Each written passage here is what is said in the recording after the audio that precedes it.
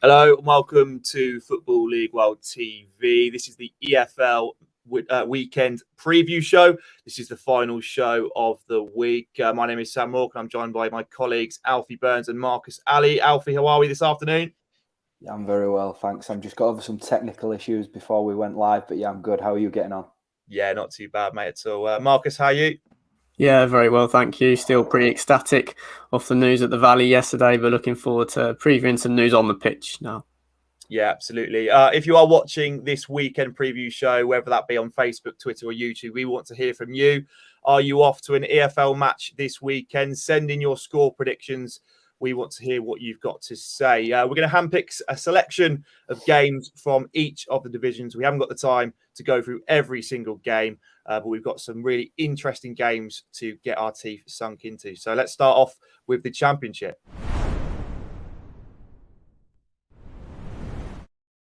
We're going to start off with the early kickoff tomorrow in the Sky Bet Championship. It's Cardiff City against Middlesbrough live on Sky Sports, 12:30 kickoff. Cardiff coming into this game off the back of 7 successive league defeats. Mick McCarthy is under huge pressure in South Wales. As for Middlesbrough, they come into this clash off the back of 2 wins, and a win on Saturday could put them into the playoffs as if they get a result. So it's an interesting clash on Saturday in the early kickoff. Alfie, let's come to you first then. You'd probably say this is a bigger game for Cardiff than it is for Middlesbrough in terms of Mick McCarthy's job.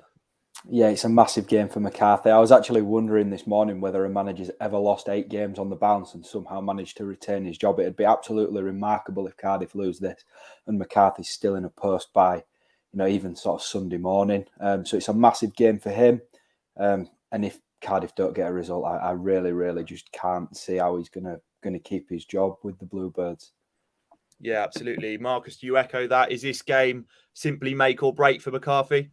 Yeah, completely. I think we saw Wales Online were reporting earlier in the week that he'd been given these 2 games, Fulham in midweek and Middlesbrough on Saturday, to save his bacon really and get Cardiff pushing in the right direction.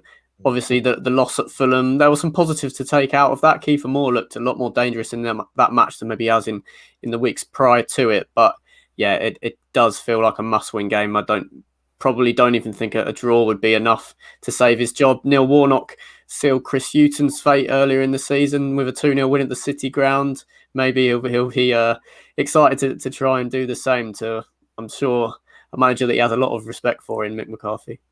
Yeah, absolutely. Let's stick with you, Marcus. And how do you expect Mick McCarthy to set up in this particular fixture? Because we saw last time out that he kind of changed from them 5 centre-backs we saw for the game before that. We saw Perry and G return to the team, and Joel Bagan as well, with Flint and Morrison in the middle. I mean, what do you expect in this particular one? Are you expecting that sort of more of a back line, or do you expect that back 5 to be kind of redeployed for this one?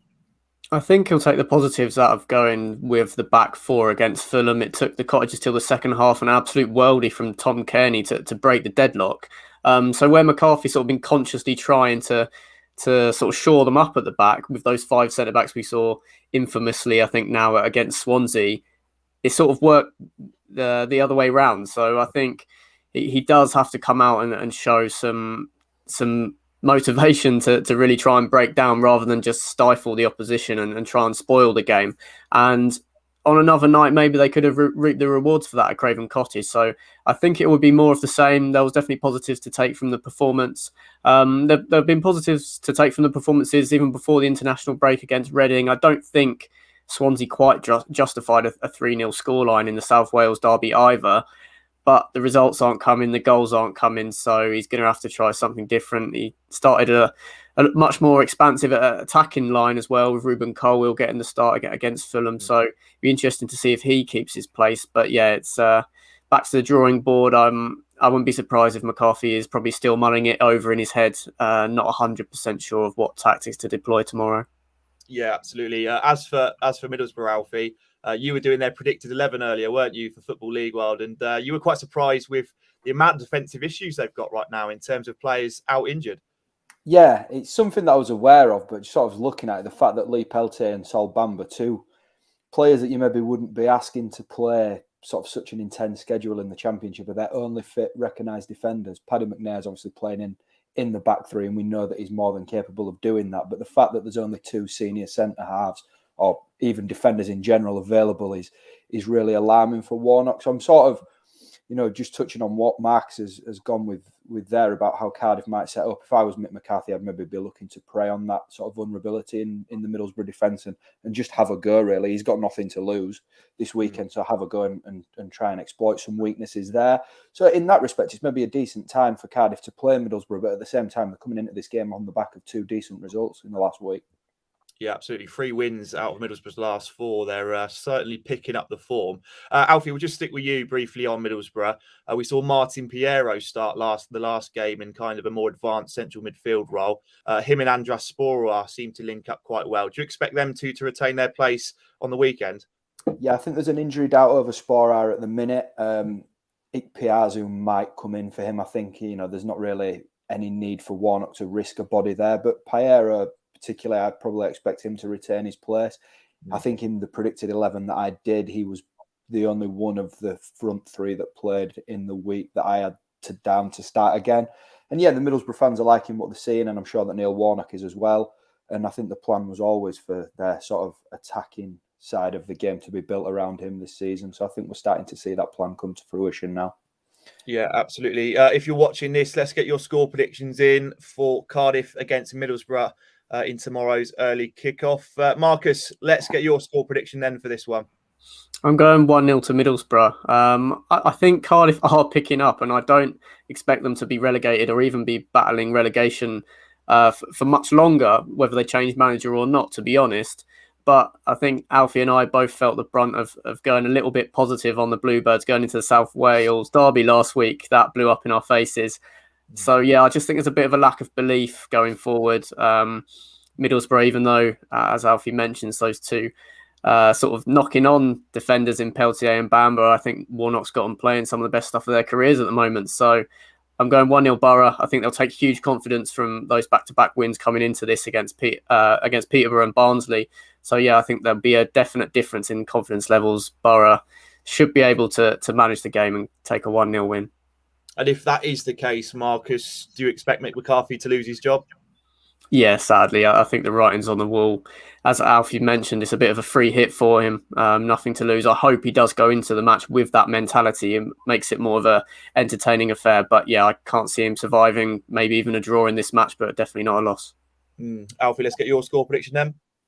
Yeah, I think just given Cardiff's sort of run of form at the minute, I can't really sit here and back them. So I've gone 1-0 Middlesbrough as well. But it is an interesting game because I don't think that Neil Warnock's side are quite there. They've got 2 wins, but 2 wins against 2 sides that have been struggling this season. So it's an opportunity for Cardiff, but I just can't back them. So 1-0 Middlesbrough.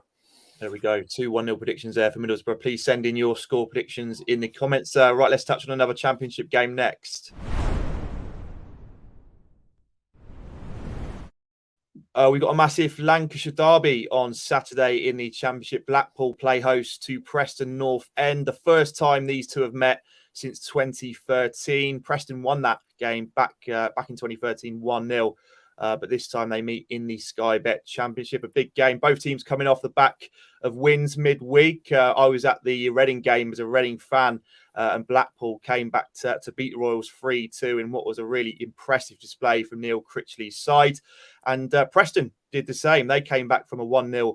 They were 1-0 down against Coventry, and they came back to win 2-1. So both coming into this game off the back of a win. Marcus, this is a big game, isn't it, for both clubs? It's a big rivalry that hasn't took place in a while, isn't it? Yeah, I think that'll build up the atmosphere even more. Just the time away, as you mentioned, 8 years since they last faced off. It might have been even longer since it happened in the second tier. I'm not 100% sure about that, but yeah, should be a really interesting game. What momentum Blackpool would have built with that comeback at the Select Car Leasing Stadium in midweek. I'm sure they'll take plenty of confidence in. Have started by far the best of the promoted teams from League One last season. So there'll be no lack of confidence with Blackpool. Preston, that was a huge win in midweek, I think. The 2-1 victory over Coventry. Goals from Patrick Bauer and Emil Rees were quite individual strikes. Bauer scored one of the best headers I think we've seen this season. So before that match, they'd drawn 6 of their last 7, which is a very peculiar run. So I think they're going to be hard to beat. It'll be another match that's decided by the odd goal or not at all. But Frankie McAvoy will be looking to kick on after that impressive win in midweek. So yeah, as you mentioned, two sides that will be really up for the test.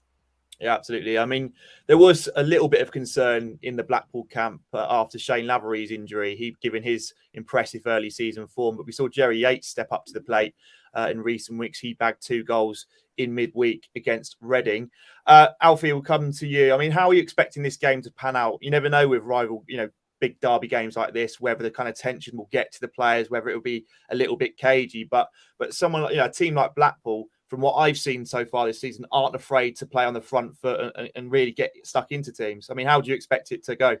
No, I think you're right there that Critchley's side aren't afraid to do that. And given they're at home, I'd expect them to sort of come out and really try and get on top of Preston. I'm not too sure how Preston will line up. I know Ben Wignall is very keen for them to move to a back 4, but it's been a back 5 for a lot of the season. And if Preston go there with a back 5, then I'm expecting Blackpool to get on the front foot. I think the goals midweek were important for Yates. I know that when we spoke to the Blackpool fans on Football League World TV earlier in the season, they were very confident that he would eventually come good, but he just needed a couple of goals and maybe a performance like we saw at Reading to get him going. So I think he's going to be really important at the weekend. But yeah, Blackpool on the front foot, I'd imagine Preston maybe just sort of trying to see out that first 20 minutes and maybe take the game and cause a little bit of tension amongst the home supporters. But yeah, it's close. It's a close game, 2 pretty evenly matched sides, and given it's a derby, it's very difficult to call. Yeah, absolutely. We got a comment from our resident Preston North End fan here at Football League, one from Ben Wignall.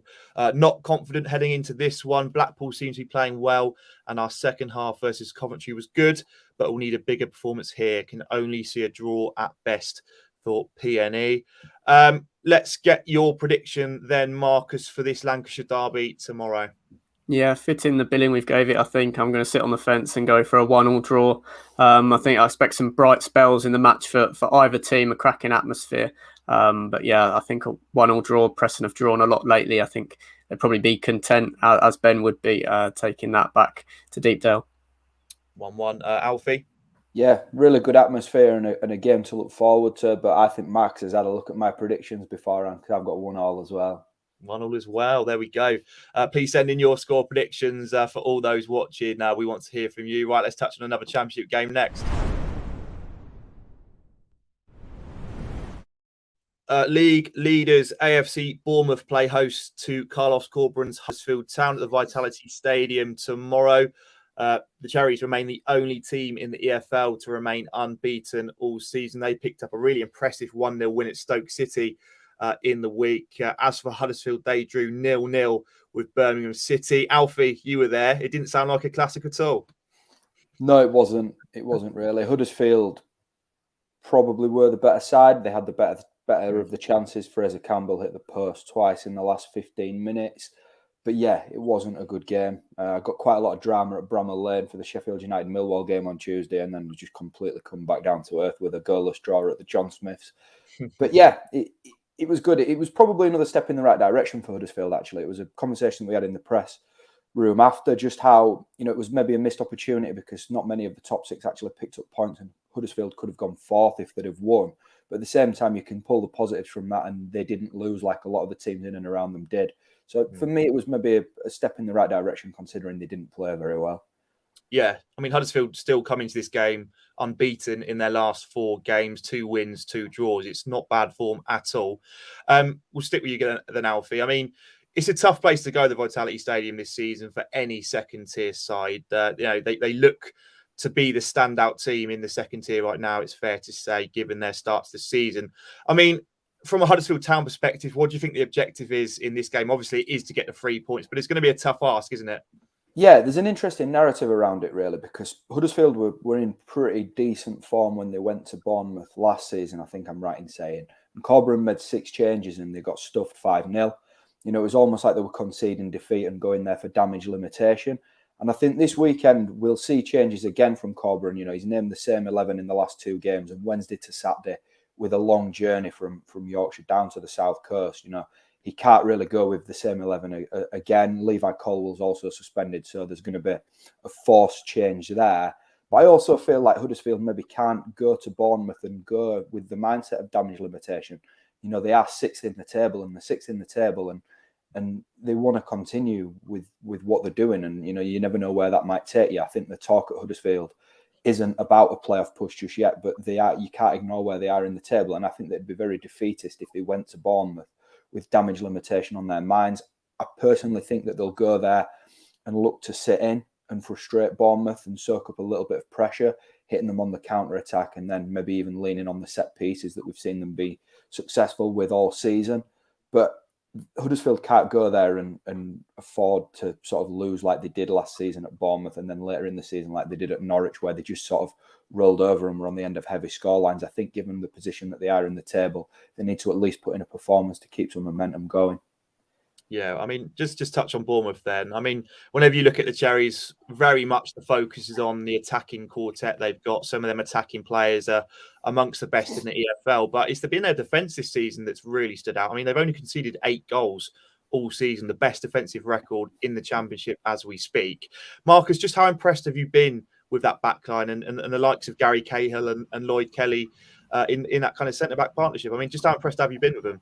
It's been huge. Really good combination of, I think, experience and youth there with Kelly and Cahill. It was something that really hamstrung them last season, not being able to put a run together to really stay competing in and around those automatic promotion places over a sustained period. I think at Dean Court, they've been a little more susceptible, to be honest, defensively. Obviously, conceded 2 at home to Blackpool to draw. Conceded a lot of chances against QPR, against Luton, went behind against Sheffield United before really getting going in the second half to get that win. So I do see some hope for Huddersfield in this match. I think, as Alfie maybe hinted towards, attack is one of their best forms of defence. I don't think they're a team suited to really sitting in a low block. And I think Bournemouth definitely have the players in the likes of Anthony and Ryan Christie to unpick them if they do try and attempt to do that. So yeah, I've been really impressed with Bournemouth. I think they play quite differently at home as to they do away. I think at home they are a bit more expansive. So I think this will be a really entertaining game for a neutral, and it'll be interesting to see how Corberan approaches it. Yeah, it's definitely got the potential to be a real cracker down the South Coast. Marcus, then let's get your score prediction for this one. I'm going 2-2. Bit of a surprise. I think Bournemouth will definitely be heavy favourites, but I think Huddersfield were definitely the better team against Birmingham. If Danny Ward was a bit more clinical in the first half, they definitely would have gone into the break in the lead. So I'm going to be positive and go 2-2. I think Huddersfield can take something. 2-2 there. Alfie, what are you going for? Yeah, Huddersfield are rejuvenated this season. I would like to think that they'd go down to Bournemouth and compete and not stunt the momentum with a heavy defeat, but I just can't see past Bournemouth winning this one. So I've got 2-0 to Bournemouth. 2-0 to Bournemouth. If you are watching the show, send in your score predictions. We want to hear what you've got to say. Right, let's touch on one more Championship game next. Nottingham Forest take on Fulham at the City Ground on Sunday at 3:00. It's been a great few weeks for the Reds under the tutelage of Steve Cooper. The Welshman remains unbeaten during his time at the City Ground so far. As for Fulham, they currently sit in second position with 26 points. They come into this game off the back of 2 victories. Alfie, let's come to you then. This could be a really interesting game. It's probably going to be Steve Cooper's hardest test, do you not think? Yeah, it's his biggest test so far, although I think that it's a game that Forest and the supporters should be relishing, really. I feel like they've got players that can really, really hurt Fulham if they're quick with the transitions and things like that. Brennan Johnson in particular. They've also got Lyle Taylor off a real high from midweek, and this Fulham team isn't untouchable. You know, they're a good side. They've got good players, and they're where they are in the table for a reason. But you know, they've got flaws in their game, and Forest have got a good side, and I think that it's a test for Cooper and his biggest one so far. But it's one that Forest can come out of the other side in a positive way. Yeah, I mean, you touched on some of Fulham's flaws. We saw them flaws at the CBS Arena, didn't we, a couple of weeks ago when they were down 4-1 by Coventry City particularly in that second half. They kind of fell to pieces. Marcus, in this one, the momentum is firmly with Nottingham Forest right now. They look like a completely different team to the one we saw under Chris Hughton. Do you think they can kind of carry on this momentum against Fulham on Sunday? Because it seems to me, I feel like the City ground is going to be bouncing on Sunday for this one. Definitely. I think they've got nothing to fear coming into this match. They've been in such good form. That would have built so much momentum, scoring 2 goals in injury time at Ashton Gate in midweek. I think Fulham, that they haven't won away from home in the league since mid-September, so there must be some kind of mental block that's going on there. Obviously, we saw the capitulation, as you mentioned, at the CBS Arena. Nottingham Forest produced a great performance, really, at home against Blackpool. I think that was last time out at home. 2-1 scoreline, but it could have been a lot more comfortable, and Lewis Graben's really been hitting his straps. So I think they can really take the match to Fulham. Whether that will be enough is another conversation, but definitely if they can handle Alexander Mitrovic it could be just Mitrovic on front on his own against all 3 Nottingham Forest defenders, that could be an interesting matchup and a key area of the pitch for Cooper to focus on. But as I say, they've got nothing to fear against Fulham, and I think they'll definitely give a good account of themselves. Yeah, absolutely. We had George Harvey from Football League World comment once again on Football League World TV. Forest look unstoppable at the moment. If Figs can keep Mitro quiet, then they'll win. 3-1 the Reds and Super Brennan to score. There we go. Harvey has spoken. Right, lads, let's get your score predictions then. Alfie, we'll start with you. I've gone 1-1 again. I think if Forest can keep Mitrovic quiet, then they've got a chance of getting something this weekend. 1-0. Marcus, what are you going for? 2-0 Fulham. I think it's only a matter of time before they get back to winning ways on the road, and this is really a good match to be judging Forest off. I say 2-0, but I don't think it will be one-sided at all. It'll be tough for Fulham. They'll have to bring their A game, but I think they can. Yeah, definitely going to be an intriguing encounter on Sunday for sure. Right, let's delve into League One next. We've got a massive game in League One on Saturday up at the Stadium of Light. Sunderland play host to Charlton Athletic. Obviously, the Addicts coming into this game, having sacked Nigel Adkins after a woeful start to the season, it's fair to say. As for Sunderland, they've enjoyed a really, really strong start to the season. They currently sit in second position, 2 games in hand over Plymouth, who sit top of the league. So if they pick up a win here tomorrow, they could potentially leapfrog Plymouth and go top. Let's come to you then, Marcus, given your allegiances to the Addicts. Tough place for Johnny Jackson, Jason Ewell to go on their first game in interim charge. I mean, from a Charlton perspective, kind of how are you feeling heading into this one? Obviously a bit more optimistic than I was going into it, provided yesterday's news. I'm sure Johnny Jackson will get a reaction. Whether that will be enough, I'm not sure. Charlton are unbeaten in their last 3 matches in League One against Sunderland. They won 1-0, maybe 2-0. I'm not sure on the scoreline, but we definitely won at the Stadium of Light last season under Adkins. So there will be a little bit of that in the psyche of Lee Johnson and the Sunderland fans. Obviously, Charlton winning in the League One playoff final as well.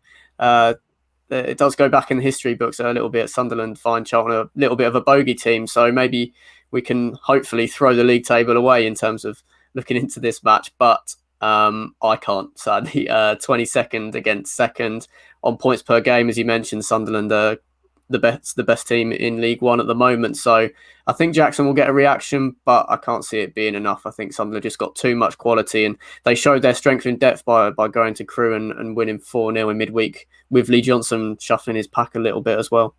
Yeah, I mean, Sunderland have the best home record in League One. They've won every single game, all 6 games in League One so far this season. So it has become a bit of a fortress, you could say, so far this campaign. Marcus, we'll just stick with you for this one. We've seen Nigel Adkins kind of change and tweak his 11s quite consistently over the last few weeks, different personnel in different positions. Have you got a kind of formation you feel Johnny Jackson should deploy? I mean, there are the suggestions that he might go 4-3-3. I mean, what would you be doing if you were Jackson tomorrow heading up to Sunderland? I do think the 4-3-3 probably suits the group of players the best. One key area of the pitch, we've got the second worst goals against number in the division. Only Morecambe have conceded more. Now, for me, the centre-backs and the goalkeeper haven't really been to blame. It's been a lack of protection from the midfield. So if you can have three hard-working midfielders, particularly one sat in front of that back four trying to sweep everything up, that could be a key area for Jackson to focus on. That is the main challenge in the short term to sort out, is to stop conceding so many goals, because it'd be hard to get out of the situation that Charlton are in there when you've got to score 2-3 goals to win a game every week. So yeah, I think the 4-3-3 definitely suits Charlton. We've got good wingers in terms of individuals. Jonathan Leaco, Charlie Kirk are players that should be competing at the top end of League One, in my opinion. So yeah, I do like the 4-3-3. I think that's a good place to start. But yeah, it'd be interesting to see what Jackson goes with. In his one caretaker match last season against Bristol Rovers, he played a lot of sort of ball players in the midfield. I'm not sure that'll wash at the Stadium of Light, but it'll be interesting to see what it's like come 2 p.m. on Saturday. Yeah, I mean, Sky Bet are giving this kind of firmly predicting Sunderland to win this game, going off the odds. Charlton at the moment are 4-1 to pick up a win up at the Stadium of Light. Alfie, will come to you. I mean, for Sunderland, it was a great victory midweek up at Crewe, 4-0. Ross Stewart again back on the score sheet. He scored a brace. Just how impressed have you been with Sunderland? I mean, there was a lot of talk over the summer, weren't they, that how would they cope without Charlie White, given his goal scoring feats last season, but someone like Ross Stewart has certainly stepped up to the plate, hasn't he? Yeah, he has. And I think Lee Johnson's side are in a really good moment, right now. They've reacted brilliantly to a quite crushing defeat against Portsmouth. They've come from behind against Gillingham and then really put Crewe to the sword. As you mentioned there, Stewart's got amongst the goals, and that's another good sign. I think that they're probably going to be full of confidence coming into this game. Absolutely. Right, let's get your score predictions then. Alfie, we'll stick with you. What are you going for here? Yeah, I think Charlton can have belief that they can go and turn Sunderland over. I think Marcus would agree with me with the fact that I think that squad's capable of beating anyone in the division on the day, even a side like Sunderland. But as I mentioned, Sunderland, they're going to be full of swagger after a good midweek win. So I've got a 2-1 victory, but it's going to be competitive. Yeah, should be a good one. Marcus, what are you going for here? Same again, yeah, 2-1 victory for Sunderland. I think an improved performance, but yeah, they've just been quality so far this season. Can't deny them on home soil. There we go. 2 Sunderland wins predicted there. Right, let's touch on another League One game next. Sheffield Wednesday take on Lincoln City at Hillsborough tomorrow. Both teams haven't been in necessarily the best form of late, both only winning 2 games out of their last 6. Both teams have aspirations, you feel, of finishing in that top 6. But Sheffield Wednesday sit in 9th position, whereas Lincoln languished down in 15th spot. Lincoln come into this game after a 1-0 defeat to AFC Wimbledon at home. Boos rang out at full time at Sincil Bank after that game. Pressure slowly building on Michael Appleton, you could say. Sheffield Wednesday come into this game off the back of a draw. They drew 1-1 with Cambridge United. Deli Bashiro scoring the goal to equalise for the Owls. Alfie, let's come to you first then. Sheffield Wednesday predicted by many to kind of be up and around that automatic promotion mix, but it's been a quite inconsistent start, hasn't it? Yeah, it has been. And I think that that's maybe to be expected given the overhaul of players and some of the issues that Darren Moore's had to overcome at the start of the campaign. I think it was maybe going to take a little bit of time for Wednesday to gel. But out of these two sides, I actually feel like the Owls are in the better moment at the minute.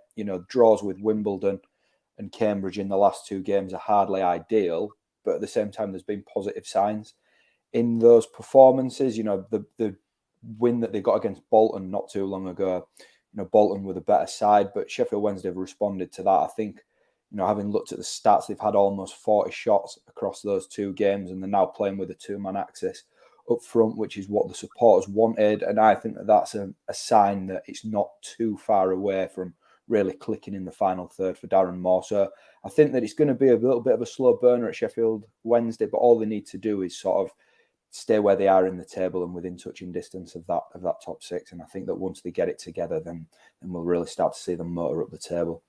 Yeah, absolutely. Marcus, how do you see this game panning out? Do you expect one team to be on the front foot in that first half? I mean, interestingly, this is the first clash between these two since 1979. So it's been a while since these two have faced off against each other. But Marcus, how do you expect this one to go? It's going to be tight, I think. Lincoln are a better side than where we see them in the table. I agree with Alfie. Sheffield Wednesday are definitely slowly building and getting going. I still rate their defensive contingent a lot more going forward. I think the likes of Iorfa, Shea Dunkley and Liam Palmer in a back line is a really strong trio for this level, and that can kind of be the basis for them to build moving forward. Barry Bannon and Lewis Wing are building a relationship in central midfield. If those two can really hit it off, we know how well Barry Bannon can dictate play at this level. And obviously Deli Bashiru will take some confidence off his goal in midweek. So it's going to be an interesting matchup.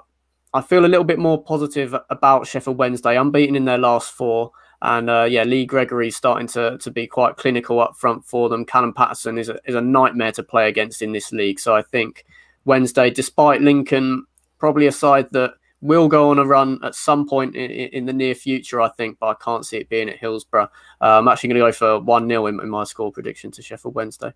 Okay, let's just briefly touch on some of the players here that can make a real difference in this game. We'll stick with you, Marcus. I mean, for both sides, which players do you think could really dictate this game? We've seen, particularly for Lincoln, the likes of Anthony Scully this season really become a real goal scorer for the Imps this season, and the likes of Teddy Bishop in there as well, and the Man City loney Lewis Fiorini as well. He's looked really impressive at times. I mean, from that Lincoln, let's start with Lincoln. Which players do you feel could have a real big say in this game? I think they've got a decent central midfield. Fiorini's been good going forward in particular as well. Conor McGrandles came back into the side last weekend and put in an extremely good performance against Charlton. A really aesthetically pleasing player, and one that Michael Apperton could look to really implement the style and pizzazz that we saw on the pitch last season. And obviously they run to the League One playoff final. In the final third, I think they are a little too reliant on Anthony Scully at the moment. We can't expect him to be scoring every week. It's been an outstanding start to the season from him nonetheless, but they definitely are lacking a little bit of added spark, really. If teams can prepare to keep Scully quiet, then they're likely to keep the rest of Lincoln's side quiet. So I think McGrandles could be a key player to try and inspire them for an upturn in form, but it's going to be difficult against Wednesday. Yeah, just briefly on Sheffield Wednesday, then Alfie, the likes of Fiseo, Deli Bashiru seems to have come to the fore of late. He's had to bide his time at the Owls due to various injuries and so forth. I mean, players like that, do you feel could be quite crucial tomorrow? The likes of Lewis Wing as well. I mean, who do you think is going to stand out for Sheffield Wednesday and make a real play in this game? Yeah, I think firstly on Deli Bashiru, his goal was pretty well taken in the week at Cambridge. It was a nice finish. He went close in the first half as well. He had a couple of more attempts on goal, and that's good to see, a player playing with confidence and wanting to impact things in the final third. So Moore will be hoping that he can build on that. I think, as Mark has touched on there, Lincoln's central midfield is quite good, but we're talking about Barry Bannon and Lewis Wing here in the Sheffield Wednesday midfield, 2 players that should be playing in the Championship. And I think that if those two can, bring their A game at Hillsborough this weekend, then that'll be where the game's ultimately won and lost. And I think some of the firepower that Wednesday do have in the final third, if they get on top of that midfield battle, then it could be a good afternoon for the Owls. Let's get your score prediction then, Alfie. If Wednesday can be clinical and building on the 2 performances that they've had, I think that they'll really hurt Lincoln this weekend. I've gone for 3-1. 2 Sheffield Wednesday wins there for that one. Right, let's delve into League 2 next. We're going to touch on Hartlepool against Harrogate Town on Saturday. Hartlepool coming into this game after a fantastic victory at Valley Parade in the week. They beat them 3-1. Mark Cullen scoring 2 and a Yang Songo own goal secured all 3 goals for Hartlepool. As for Harrogate, they drew 2-2 with Tranmere in the week. It's been a great start, really, you could say, for both sides. Harrogate right now find themselves in second position, only lost 1 game in their last 6. As for Hartlepool, their home form in particular has really stood out. Dave Challoner's side unbeaten at Victoria Park so far this season. So it's really set to be quite an intriguing game here on Saturday. Marcus, will come to you. How do you see this game panning out? I think it's been an interesting one. I think Hartlepool should definitely be very confident of causing a lot of problems. I was pretty disappointed to see Harrogate lose at Colchester United last weekend. Cole, you have been one of the worst sides in League 2 this season. I didn't really see that one coming. Maybe that could suggest that Harrogate maybe are not going to hang around the automatic promotion places as much as they might hope. Hartlepool have been a bit of like the Coventry of League Two, I think, with their home form, of course, getting that fantastic win at Bradford City in midweek. Dave Challoner deserves so much credit. Even going into the season, they had a tricky transfer window, losing Luke Armstrong, I think it was, who is one of the top scorers in League Two for Harrogate Town at the moment. It'd be interesting to see how he gets on back at Victoria Park. But I think these are two of the best sides in League Two, two teams that I expect to be in and around the playoff picture come the end of the season. But Hartlepool's home record is just menacing. I think they've probably got the edge in this one. Yeah, I mean, whenever a team comes up from the National League, I suppose the first kind of objective is simply to maintain your status as an EFL club. But Marcus, we'll stick with you then. Do you expect Hartlepool's their ambitions to have somewhat shifted a little bit given their start to the season? Maybe it's a little bit too early to be saying that. I think over 46 games, you're going to have some really tough patches and you're going to have some really good patches on the road. Some of their performances have still been quite concerning. And in terms of strength in depth, I'm not sure they have as much as some of the teams that are really competing towards the top end. So maybe I think because it's only a bottom 2 out of 24 teams in League Two, they can start to worry a lot less about getting relegated. But I don't think it'd be any more than a stabilising season, looking to consolidate their position back in League Two. A top half finish would still probably constitute for success for Challoner, but I think in the back of his mind, he won't be wanting to tell the players that he will be daring to dream, considering particularly that performance at Bradford in midweek. Yeah, for sure. As for Harrogate, Alfie, we've seen Luke Armstrong and Alex Patterson in particular really stand out. We at Football League will understand that Alex Patterson's attracting interest from a number of EFL clubs as the January transfer window looms. But let's look at Luke Armstrong. He scored a hatful of goals, hasn't he, so far for Harrogate? He's looking like a real quality signing, isn't he? Yeah, absolutely. I think it's 8 goals and 2 assists so far this season, and I think that for Harrogate to sort of stay where they are in the table, they're going to need him to continue that form. And there's a nice little story around him and his success at Hartlepool and going back there this weekend. And I think that he might have a big say on this game. But yeah, he's been a good individual in League Two this season. He's scored goals at the level, and I think that he's probably one of those players that we might suddenly see sort of shooting up the EFL in the next couple of years as it hits his prime. Yeah, for sure. Alfie, let's stay with you then. Let's get your score prediction for Hartlepool, Harrogate. Harrogate have been so good this season. I feel like they've missed out in the last couple of weeks, and I'm not expecting them to do that this weekend. I think that Armstrong's going to have a big say in the game. So I'm going to go for a 1-0 away victory and that wonderful home run to come to an end. There we go. Marcus, what are you going for? I'm still on the Hartlepool at Victoria Park bandwagon. I'm going 2-1 Hartlepool. It does sound like that Luke Armstrong goal is in the script, so might have to check the odds for that one. But 2-1 Hartlepool for me. There we go. Right, let's touch on one more League Two game next. Swindon Town take on Bradford City at the County Ground on Saturday. Swindon coming into this game after a 2-1 victory away at Sutton United, whereas Bradford, as we've already mentioned, lost 3-1 to Hartlepool at home in the week. It's been a really strong start to the season for Ben Garner's Swindon Town. They currently sit in third position as we speak, unbeaten in their last 6 games, and they're certainly looking upwards rather than down. As for Bradford, tipped by many to be up amongst it, but they currently sit in 11th position. It's been a bit of a shaky season, really, for Derek Adams and his side. They just haven't seemed to get any form of consistency, the Bantams, but they've got a big game this weekend away at Swindon. Marcus, let's come to you first then. How do you see this one panning out? Well, I think Adams will definitely get a reaction from Bradford after the loss to Hartlepool in midweek. I think it is going to click at some point. He did too well at Morecambe to not be able to turn it around with probably a better squad. Definitely on paper, they had a great summer transfer window. I think Bradford have no reason to fear Swindon coming into this one. Although, when you look at the Swindon team sheet, Johnny Williams, 2 goals in his last 2. A player that has ability way above League Two level. We've seen that for the Wales national team and even in the Championship in the last few seasons. So it's going to be a really interesting match. We always talk about squad depth and how important that is. Swindon don't really have that for me, but it seems to be working in their favour, just with a consistency of selection from Ben Garner, and it really is clicking for them in the automatic promotion places.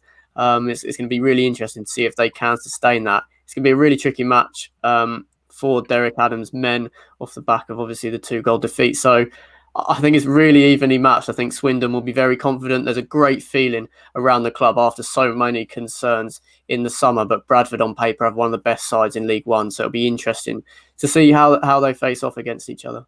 Yeah, Bradford might take a little bit of heart given Swindon's home form this season. They've only won one game from their first 6 games at the county ground. So there's a little bit of hope, you could say, there for Bradford City. Alfie, we predicted at Football League that Bradford would be well amongst the kind of top 2. It hasn't been the greatest start. Do you expect Derek Adams to kind of transform their fortunes in the coming weeks?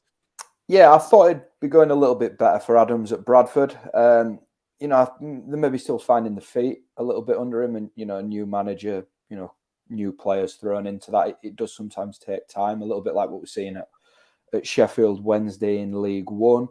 I just maybe feel like that's okay for Bradford at the minute, as long as they can just sort of stay where they are in the table at the minute. I always feel with League Two that as long as you sort of stay within contention for that top 7, then it only takes a couple of decent results and suddenly, you sit in a lot better position. I think that it'd be good for Bradford if they could maybe start looking to turn it around this weekend, but I don't really see there's, much need for panic at the minute. I think that Adams will get it right eventually. Alfie, let's stay with you then. Let's get your score prediction for Swindon Bradford. Yeah, I think Swindon have made a little bit of a habit of not losing football games, which is obviously a great trait to have in the Football League. And at home, I just can't really predict them losing. But at the same time, Marcus has touched on there. Bradford have got some real quality in that squad. So I'm going to sit on the fence and go 1-1. 1-1, Marcus. I'm expecting an exciting game. Swindon have scored 12 goals in their last 5, but I don't think they'll be able to keep Bradford at bay. I'm going 2-2, an enterprising match. There we go, 2 draws for that one. Right, well, that concludes our look at some of the big games in the EFL this weekend. We have 3 of our Football League World journalists out at games this weekend. We have Billy Mully at Luton Town versus Hull City, Toby Wilding at Blackburn versus Reading, and Charlie Gregory at Burton Albion versus Oxford United. So make sure you do follow all 3 of them on social media to get the latest from them games. But Alfie, Marcus, thanks for joining me this afternoon. It's much appreciated. If you haven't already, please do subscribe to FLW TV on YouTube. We do appreciate all the new subscribers. We've got a jam-packed schedule of episodes next week. Lots of live shows next week on FLW TV. So make sure you don't miss any of the action. But once again, thanks for watching, and we'll catch up soon.